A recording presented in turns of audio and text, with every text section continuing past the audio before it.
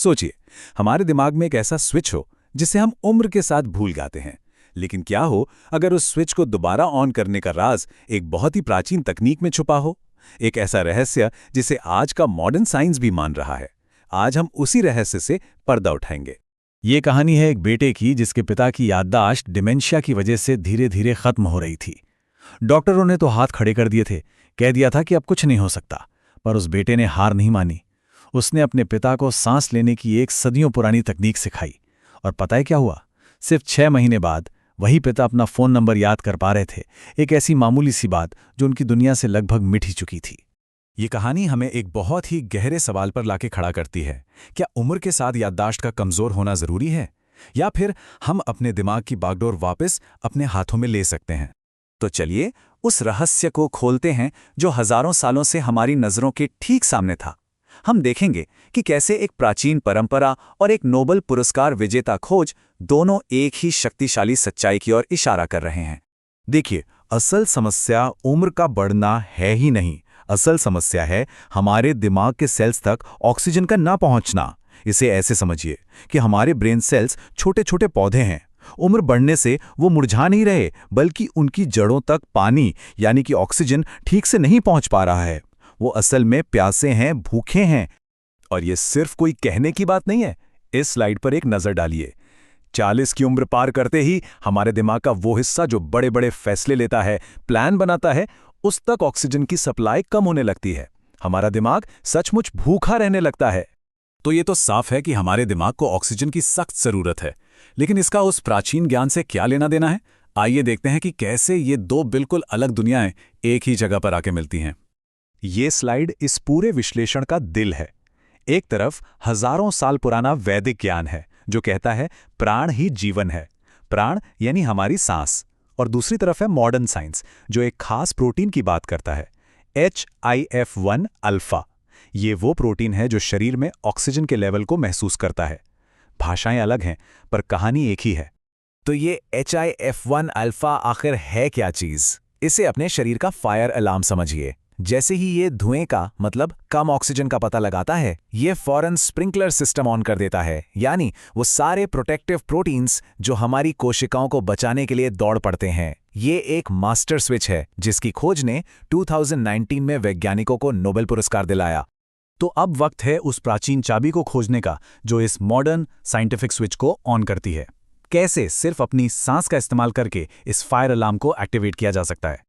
होता यह है कि जब हम अपनी सांस को एक कंट्रोल किए हुए तरीके से रोकते हैं, जिसे कुंभक कहते हैं, तो हमारे शरीर में ऑक्सीजन का लेवल थोड़ी देर के लिए और सुरक्षित तरीके से कम हो जाता है। ये एक छोटा सा चैलेंज शरीर के फायर अलार्म यानी HIF-1 अल्फा को चालू कर देता है और बस दिमाग में प्रोटेक्टिव प्रोटीन्स की जिसे बाढ़ आ जाती है। और इन्हीं प्रोटीन्स में से एक का नाम है BDNF। इसे आप अपने दिमाग के लिए जादुई खाद समझ सकते हैं। ये न सिर्फ हमारे ब्रेन सेल्स को जिंदा रखता है, बल्कि उन्हें बढ़ने में, नई शाखाएं बनाने में भी मदद करता है।